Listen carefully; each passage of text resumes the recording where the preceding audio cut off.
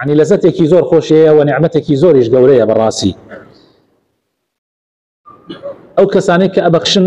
و دایم دەستیان لە بەخشینایە ئەزانن چی لەزەتێکی هەیە، هەر ئەو لەزەتەوە ئەکا کە بەردەوام ببەخشن. بەڕێزێک وتی خۆی ئەوەندە دەستی ناڕوا، بەڵام لەم کاتە کەم و چاهاتەوە ئەوانە وتی قسمەتم کەوتە شوێنێک کابرایەک کەم دەست هات لەو لاوەوتی لەگەڵ دوو مناڵیا بوو، ماتۆڕێکی کەریم کابانیان پێبوو، وتی کە هات وەکو داوای هاوکاری و ئەوانەی کردیان باسی ئەوەی کردکە هەندێک حاڵی خراپە و ئەو شتانە، وتی منیش کە لە بەردەم دوکانەیە وەستام بیرم لێ کردەوە کە ئەگەر من بوایم لە شوێنەکەی ئەو ئەبێ يعني چۆن چی وەزعێکم هەبوایە، وتی پێم وتن بێنە ژوورەوە خۆت و مناڵەکانت حەستان لە چییە منەتی نییە هەرچی حەستان لێتی بیبن. باوەڕ ئەکەی حەزمە کرد هەرچی یعنی وەکو چۆن بڵێ لە گیرفان مایە هەر هەمویان پێ بدەم لەو کاتە، بیرم لە مناڵەکانی خۆم ناکرد بۆ حەزمە کرد ئەوەی وەکو چۆن بڵێ دێتە دەستیانەوە بیبن. دوای ئەوە هەستمە کرد یەک چێژێکی هەیە ئەم بەخشینە کۆ من ئەم موچەیە هەر هەمووی بۆ مناڵەکانم سەرفەکەم گشتمانگی ئەم چێژە نابینم کە بە شەرتێکیش خۆی بۆ مناڵی خۆتیش سەرفیکەی هەر چێژ و لەزەتی خۆی هەیە، بەڵام بۆ کەسێکی کەم دەست کە بزانی پەکی کەوتووە حاڵی خراپە پێویستی بەو هاوکاریەی تۆ هەیە چێژێکی تایبەتتری هەیە. بۆیە هیوادارم قەت دەستمەنە ڕووی هیچ کەسێکەوە بە قەدەری توانە ئەوەی ئیمکانتان هەیە، هەر کەسێک بە پێ ئیمکانی خۆی ئەگەر ئیمکانتان هەبێ دڵی خەڵک و دڵی هەژاران خۆشکەن، ئەو کەسەی دڵی هەتی و دڵی بێوەژن و دڵی هەژاران خۆشکە دڵنیا بەخوای تەعالا لە ڕۆژی قیامەتە دڵی خۆشەکە و لەم دنیایەشە دڵی خۆشەکە، هەر لەم دنیایە دڵی خۆشەکە. دڵنیا بن ئەوەی کە خوای تەعالا ئەفەرمێ یەک بەدەیە یان زیاتر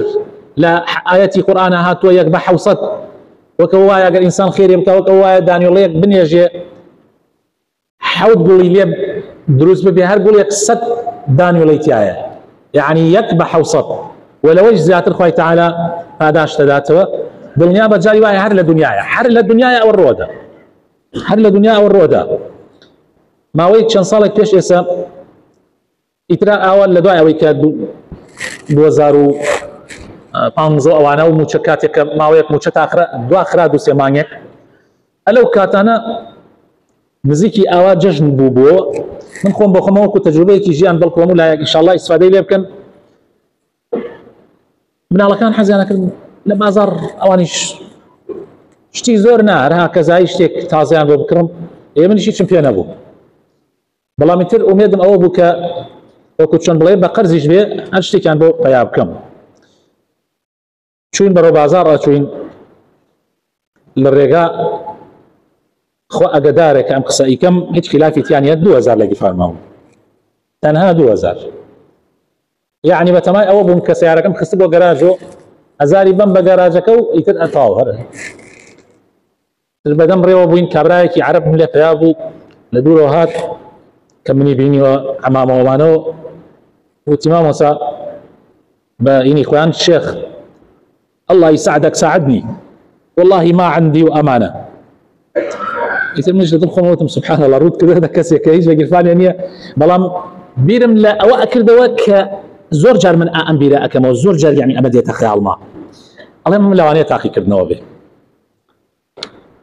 من بیستمەتەوە لە پیاو چاکان و لە خەڵکی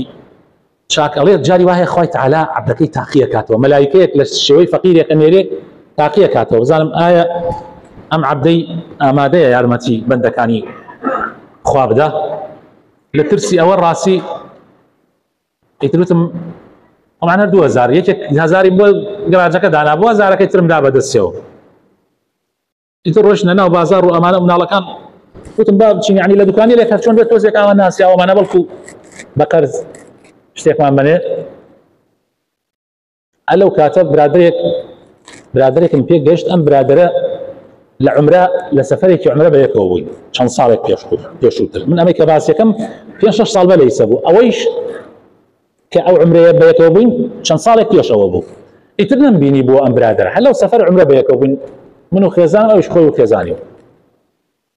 ئیتر هەر لە قوتوپڕان کابرا پیا بوو يا بو هاد قشت من على كان لنا دكانك يا ابو خليك معاملي شتيانه كردوانا كابرا بري وستا لقل ما وبريك دم تقي كردو ما مساديارني تناد بين امانه الم بابتانو ام جادواي او ايوتم تو لكوي تو ايش تشي صوتي والله من دكانك ما يعلم والله انا دكاني قماش فروشي ومانا يتر دواي اوي قصه كان ما نتراو كرد حافظي كردو توقيك لقل ما بس حسم كرشتي قصنا ودسم ويتر يكسر رويش راسي كي ما كرسير قلايك قصتنا ودسم ما وركن حيتشنا يتر نشتي كيسير مش راسي زور مفاجاه ابو حاتم لقاي برم بلم اما تشيو او انا سير كتابه روي دو كوتو نما ديارنا دواي ابو من على كانوا تمشي كرن بيكرن ان شاء الله ومانو يشاين زاني من هيك بينيان دواي بينيان من بار ادم يعني باري اشتكان ادم عجائب يناد وتان تو تتيش بينيا وتم والله او فلان كذبوا كلا قلوانا لعمره بيك وبوين عم قلايك سنه ودسمو امانه وتيتي دكانك شملي ريبا هيك بقولين يعني سفاسي كان باورك رويشتنا او شونا او كولاني او باسي كد ياك دكاني قماشتي انا وياك دكان قماش ايش نازم كابرا تو هاي لكي دكانك بكذا داناو او كاتا جلاس سطوبيس بو بابيجي سطوبيس هزار لدل قوموتهم سبحان الله يب بسطوبيس قشتي نيم ساعات بينكين ابو نيم ساعات بيني ابو بخوا يعني اما تجربتك طبعا من لجياني خوما بيني ما وتشندين تجربه تريش بيني ولا ما بس اما تجربتي بتشوكا لو كوا انسان اجر بو خواشتك ما بس خوابه ما بس رضامندي خوابه بالنيا بخوات جري بركاته بزياتر لو كوا هي اما هر الدنيا ولا قيامتي شا بالنيا بي كفاداشتك زور لو قورتره ابرو برزان حتى اكري ما تشاو ما فقير وهجار كان بيت بليان بينه على الاقل بليان بينه وعلى الاقل دعاء خير عن بوكين على الاقل طاننا ينسريانا اوان ليان قوماوه يعني خلق لي هي لي قوماوه يعني ظروفك وايا بقى مش طاننا ينسريانا انا نصر شونه يعني قالطي ان بيبكي يعني بتشاوي سوق سيريان كي يعني كاتي قسيان لقلاك او كلود بكيت لاو نا بلكو روت ليان بي وبدم خندي واجر تواني ديار متيان با اجر النشط تواني هيك نبيت يعني تو دعائك خيرت كردو بس جايك تكردو بدمي وكفي غمري خاص الله صلى الله عليه وسلم تبسمك في وجه اخيك صدقه هر زرد خنيك في كنينك بدمي برايك خوش صدقه اما زور قوري لا اخوي تعالى بكمينه زاني جاء كاتيك خيرك يعني شاكيك كي برامبر ب كسيك او كسك هرگيز لبيري ناتشي هر براين نك خيري قوله حتى انا يستو كابرايك اگر من على خير لقلابي من عليك بتشوف اگر من على خير لقلابي شن خوشه اگر توانيت نقول بيت دس من على خير اگر توانيت خو اگر 500,000 دينار بيت دس زور شاك يعني كسيكي ناسياوه يعني كم درينك بينيته ما ويا كانت بينيوه هيك نبي ما تشيكي بكيتو دس بيني تسري او كابرا زور دلي خوشه يا كبو راسكي اما اكو خزمايتي توزي قومايتي هي لجن خوازه وانا كابرا راسي لبر اويك رئيس عشرة وشتو اوانا من حل خوم ولا ظلمه خوش من عايس يعني راسك يعني قين شملين ابو بس حق خوش من عايس طبيعتهم توزك نازم نوعك يعني برامبر اوانيك توزك فلان بقوري ازان هلا خو لظلمه ينبو يعني دائما ديني امود اما قريسه شنو متكبر به ابي شنو يضلي تشي تيابي وامانه هلا خو لظلمه دائما تشتكم هبو برامبر روجي كان منو من عبد الله من البو يسب ما شاء الله قوري وزلامه وكاتب من عليه بيك بناو بازار الريم انا كل هات لولاو كمني بيني من حراسكي كاو راس بيجي ابيز لابن بس هيك مجالي لا دان نبو يعني حسبنا اكيد بيبين يعني والله يتنا تشر برويك بوينا وهر جايش تيم باوشي كداون ما يصير بس الانسان يعني تو بيك حركيك بيك شتيك اتواني يك روخوشيك يك روغشيك اتواني سرنجي برامبر رابكشي ولا يخط واشتواني واي بيبك اتقيني ليت نبي على الاقل قيني ليت نبي والله راو شكرت ما دواء اوز ما تشكي عبد الله الشكردو يتدسي كده يفانا 5 دينار اذا كده بس عبد الله ايتو خو هيك سنه ولا واما من احتاجي فين جنب صفاص بخو او كاتا نبي تدرو بليم امتواني او بكر ببارا ايش ما كنتو كاسين باش بو وضع مشاق بو بەڵام ئیتر ئەوە لە ناو دڵا ماوەتەوە تا ئێستا هەر نەخۆشەکەوێ خۆم بە قەرزارە زانم ئەبێ هەر بڕۆم سەرێکی لێ بم ئیتر هەستەکەم ینی پێویستەکە ینی ڕێزی لێ بگرم چونکە ئەو موقفەی هەبوو بێ ئەمە لە موقفێکی بچووکە موقفێکی بچووک ئەمە طبعا پێغەمبەری خوا صلی الله علیه و سلم زۆر جار ئەم شتانەمان بۆ واسەکە بۆ ئەوەی ئێمە بتوانین سەرنجی بەرامبەرەکانمان ڕاکێشی کابرایەک ناوی سەفوانی کوڕی ئومەیە بوو لە مەکەیە زۆر دژایەتی پێغەمبەریە کرد صلی الله علیه و سلم باوکیشی لە جەنگا لەگەڵ مسلمانانە کوژرا لە جەنگی بەدرە ئەم کابرایە ئەیوت خۆی ئەیڵێت خۆی ئەڵێ لە دنیادا هیچ کەسێ ئەوەنەی محەممەد لە دڵی منە بغزاوی نەبووە یعنی ئەمەندە قینم لێ بووە ئەوەندە قینم لێ بووە هیچ کەسێکی تر لەم دنیا ئەوەندەی ئەو من قینم لێ نەبووە ئەو ئەڵێ سەفوان ئەڵێ دوای ئەوەی کە فەتحی مەکە بوو کە مسلمانان هاتن فەتحی مەکەیان کرد مەکەیان ئازاد کرد هەتا ئەو کاتە سەفوان هەر مسلمان نەبوو کە مەکە ئازاد بوو منیش ناچار ئەو خەڵکە گیرا من تر شارم نەما ئەوردمیان بۆ لای پێغەمبەری خوا صلی الله علیه و سلم ئەڵێ ئەیان ویست من مسلمان بم منیش وتم یعنی هەر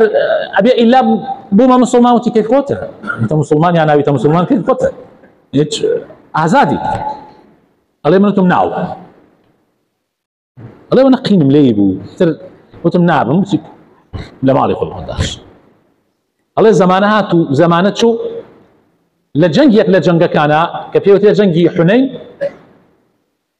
لە جەنگی حونەینە مسلمانان ژمارەیان زۆر زیادی کرد پێویستیان بە قەڵغان و بە شیر و ئەوانە بە قەڵغان و بە شمشێر و ئەوانە بوو ئەڵێ پێغەمبەری خوا صلی الله علیه و سلم ناردی من قەڵغانی زۆرم لە ماڵەوە بوو بۆ جەنگ هەڵمان گرت بوو ئەڵێ وتی ئەگەر ئەکرێ قەڵغانەکانت بە يعني باستعاره بماني بنيري الله وتي اگر اكلي قلغانا كان ما بو بنيري الله من شوتم يعني بزورو ملي اي بنيان باستعاره لالاتان بيوتي نا بابا باستعاره الله منش بيم دان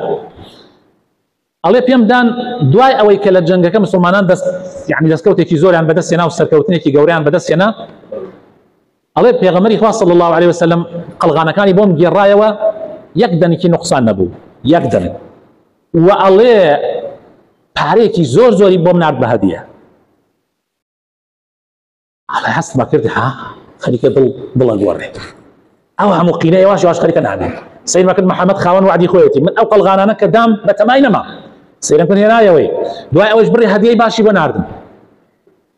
دوای ماوەیەک سەیرم کرد ئەمجا بڕێتری هەم بۆ ناردم دوای ماوەیەک ئەڵێ ئەوەندەی پێدام محەممەد ئەوەندە لەسەر یەک چاکەی بەرامبەر کردم ئەڵێ واللهی ئێستا کاتی ئەو حەدیسە ئەگەڕێتەوە خۆی ئەگەڕێتەوە ئەڵێ واللهی ئێستا خۆشەویستترین کەس لەسەر ڕووی زەویە لە دڵی منە محەممەدە صلى الله عليه ئابینیتانە بەڕێزان چاکەکردن بەرامبەر بە خەڵک چەند کاریگەری هەیە بەسەرهاتێک ئەگەڕنەوە ئەڵێن ڕۆژێکیان ئافرەتێکی پیرێژن کۆڵێکی هەیە ئافرەتێکی پیرێژن کۆڵێک قورسی پێ بوو پێغەمبەری خوا صلی الله علیه و سلم پێ ئێگا لە مەککە ئەو کاتە هێشتا پێغەمبەر لە مەککە بوو صلی الله عليه وسلم کاتێک پێغەمبەری خوا ئەبینێ ئەم ئافرەتە کۆڵەکەی لە قەدەر خۆی نییە پێغەمبەری خوا بۆی هەڵەگرێ و ئەڵێ دایە من بۆ تێڵەگرم ئەیبا حتا ئەیباتە ماڵ بۆی کە ئەیباتە ماڵ بۆی پێش ئەوەی بڕوا پیرێژنەکە دەستخۆشی لێ ئەکا و ئەڵێ کوڕم نەسیحەتێک دەکەم مادام تو ئەم چاکەت بۆ من کرد منیش نەسیحەتێک دەکەم لە بەرامبەر بە ئەم چاکەیە ئەڵێ فەرمودایە ئەڵێ کوڕم ئامان ئامان کابرایەک پیا بۆ لای ئێمە پێژن محەممەد ئیدعای پێغەمبەرایەتی و شتەکە نەکەی پێی بخەڵەتی نەکەی پێی بخەڵەتی ئەڵێ تۆ ئەیناسی ئەڵێ نەوەڵا بەس باسێکەن و ئەو بنەماڵەیان ناسم بەس خۆی نەبینیوە ئەمانە بەڵام زۆر زەلامی خراپ باسەکەن ئەڵێن درۆزنە جادو بازە نازانم ساحرە چییە ئەڵێ ڕەئی چییە من ئەو محەممەدە بم زۆر معجەبە بێ ینی چۆن تۆ ئەو محەممەد ئەڵێ بەڵێ طبعا ئەمە ئافرەتە 180 ئەگۆڕێ 180 ئەگۆڕێ لەوەوە کەن ئاگاداری ئەمە کاتۆ شوێنی محەممەد نەکەوێت چونکە محەممەد ساحرە درۆزنە چییە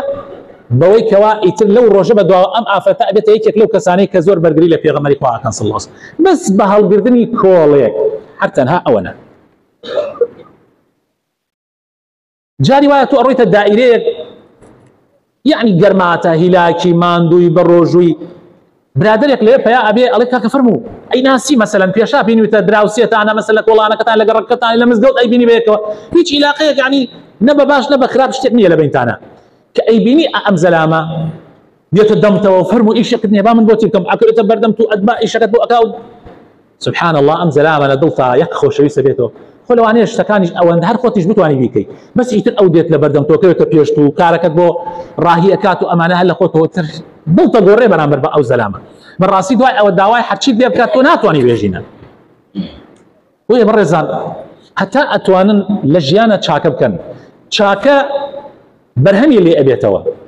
خراپەش خوا پەناماندا بە تەئکید بەرهەمی خۆی لێ ئەبێتەوە ئەگەر بەرامبەر بە کەسێک یەک ئوسلوبێکی ناشرین بنوێنی ئیتر حتا ماوە کابرا لە بیری ناچێت حتا ما ئەوە حالە بەرچاوی تۆ ڕۆژێ لە ڕۆژان بە ئوسلوبێکی ناشرین معاملەت لەگەڵا کردەوە تۆ ڕۆژێ لە ڕۆژان بۆ نمونە چوویتەتە گژیا من ڕۆژێکیان ساڵی 88 بوو گەنج بوو ماوە تازە پێگەیشت بووم سیارەمە بۆ ئیشمە کرد سیارەکەم لە لای سەوزە فرۆشەکانی کەلارە وەستاند بوو ویستم دابەزم ئەو کاتە مرور و شت نەبوو ئەو کاتە ئیتر کەلار کەم بوو لەناو بازاڕە توانی لە هەر شوێنەکە سیارە بۆ وەستێنی تۆ ئەوانە سیارەکەم وەستاند و ویستم دابەزم بە قاڵێک نزیک بوو هەر لە پاڵێ لە بەس ڕەسیفەکە بینی بوو یعنی لە بەرامبەری جاران پیانەوت قایم قامیەت یان مەقڕی پارتی ماوەیەک ئەو شوێنە ئێستا گشتە نەزان کوێ یعنی نادیەکە ئەو کاتە نادی بوو ئێستا نازان بۆتە چی باوەڕ کە بابزانم دەقەیەکم پێ نەچوو سەیرە کرد کابرایە پیا بوو هەنێکێک لە ئەم جەندرمانە زمانی حزبی بەعەز وتی ئەم سیارەی کێ لێرە وەستا خۆ سیارەی ترش وەستاوە مشتم هۆ سیارەی منە ئیتر بەبێ یەک و دوو بەبێ ئەوەی بڵێ بڕۆ بەبێ ئەوە وەڵا یەکسەر شیشینەکەی تفەنگەکەی دەرکرد و هەردوو تایەکەی هەواکەی ئین ئەو لای سەکن هەردوو تایەکە هەواکەی دابەزن یەکێکیشی دا نەبەزات سپێرەکە بکەمەوە بیکەمە قەیوەمانە هەردووی دابەزە یعنی تا ئێستا ئەو زەلامە ئەیبینم خوا ئەگەدارە یعنی ئەگەر کابرا ئەڵێ هان جاری وهەیە ئەڵێ ئەگەر دەستم بڕوا وڵای پێکەم بۆ یعنی خۆم کابرا بە من ئەیتوانی کاکە لێرە ئەمە شوێنی وەستان نییە بڕۆ ئیتر بۆ یەکسەر شیشێکی پێکەی نەکەیکە هان ئوسلوبی خراپ چەند زەرەر ئەدا ئەگەر حتا ئەو کارەکەشی قانونی بوایە و ئەیتوانی یعنی معاملەکە خۆ قانون مەرج نییە هەموو شتەکانی 100% بێ هەموو شتەکانی 100% بێ قانون شتێکە بەدەستی تۆیە قانون بۆ ئەوەیە کە تۆ شتەکە خراپەکان چاکاتەوە ئەو ئەیتوانی من چاکاتەوە ئیسە بیر لێ بکەنەوە چەندین شت لەم جۆرە هاتۆتە بەردەمتان ئیتر ئەو زەلامە حەز ناکەیت چڕ و چارەی ببینی بۆیە بڕێزان حتا بۆتان ئەکرێ ئینشاءالله لەم دنیایە چاکە بکەن چاکەی لێ بێتەوە پرسیارێک کراوە لەیرە خۆشەویستەکانم مامۆستا دروستە لە کاتی دانیشتن بۆ شەوانی قەدر ئینسان لەگەڵ خێزانەکەیە دروست ببێ یعنی سەرجەی بکات لەگەڵ خێزانەکەیە خۆشەویستەکانم بەتەئکید شەوانی قەدر مەسئلەکان تایبەتترە پێغەمبەری خوا صلی الله عليه وسلم وەکو لە حەدیث هاتووە ئەمە تەواو پێم پرسیار و جوابانە بۆ بیگۆڕی کاملەکەتە بابەتی مافەکانی ژنوبێت باسەکەن ئینشاءالله بەس با ئەم پرسیارانە تەواو بێت بۆ پرسیارە و خۆشەویستەکانم لە بارەی دەشەوەکەی ئەخیرەوە ئەفەرمێ پێغەمبەری خوا صلی الله عليه وسلم ئەگەر بگایەتە دەشەوی ئەخیری ڕەمەزان بە نەخوێنی تون ئەکردەوە چاکیشی لێ ئەکردە دارە زانایان هەندێکیان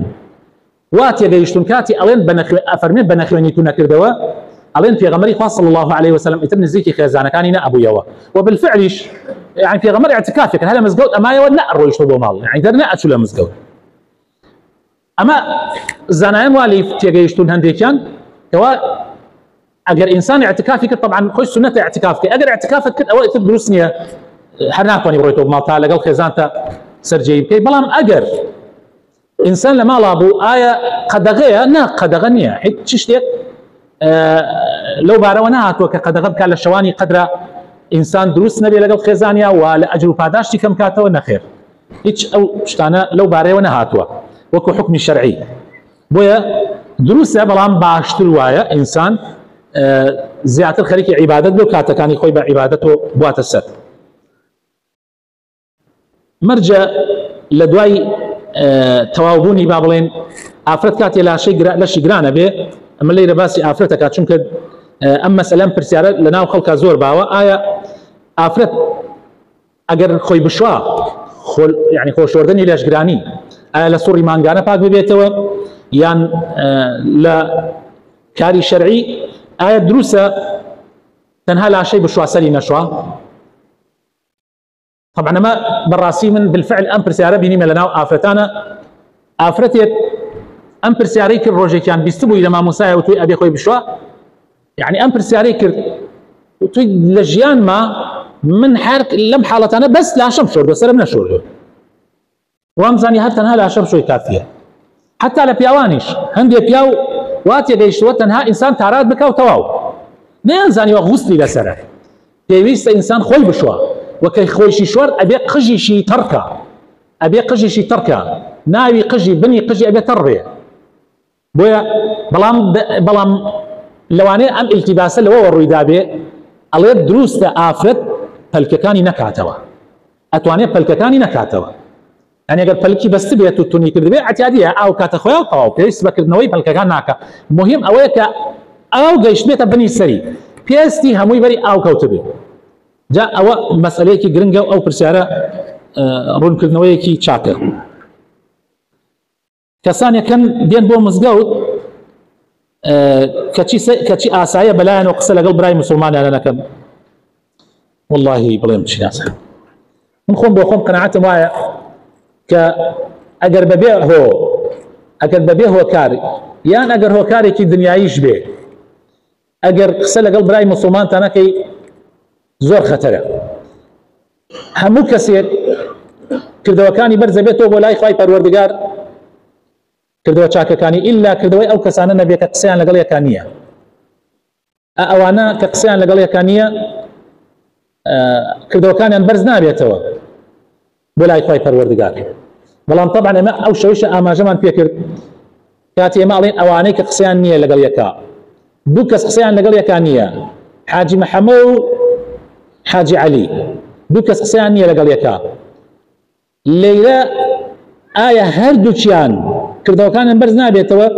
یان هەر کامیان کە تاوانبارە کردەوەکانی بەرز نابێتەوە کە حاجی عەلی تاوانبارە بەهۆی ئەوەوە ئەوی عاجز کردووە ئەم هەر حەوڵی شەدا دوای ئەوەیشە هەر محاولە ئەکا ئاش بێتەوە ئاش نابێتەوە ئیتر ئەو کاتە کردەوەی ئەم بەرز نابێتەوە کردەوەی ئەو بەرزە بێتەوە ئەم هیچ گوناحێکی نییە هیچ تاوانێکی نییە مادام تۆ سەبەب نیت و دوای ئەوە شەر حەزەکەی حتا ئەگەر سەبەبیش بیت حتى ئەگەر سەبەبیش بیت يعني حتى ئەگەر تۆ ئێسەر لەگەڵ کەسێکە کێشەیەکت هەیە ئەگەر تۆ مسەبب بی بەڵام دوای ئەوە تۆ ئەڕۆی داوای لێبوردنەکەی ئەڵێ کاکە من داوای لێبوردنەکەم من هەڵم داوای لێبوردنەکەم سێرەکەی ئەو هەر من نادا هەر قینادیەکە هەر چیەکە ئەوە ئیتر تاوان لەسەر ئەوەی تریانە تاوان لەسەر ئەم نییە ئەم ئەوەی پێویستە ئەدای کردووە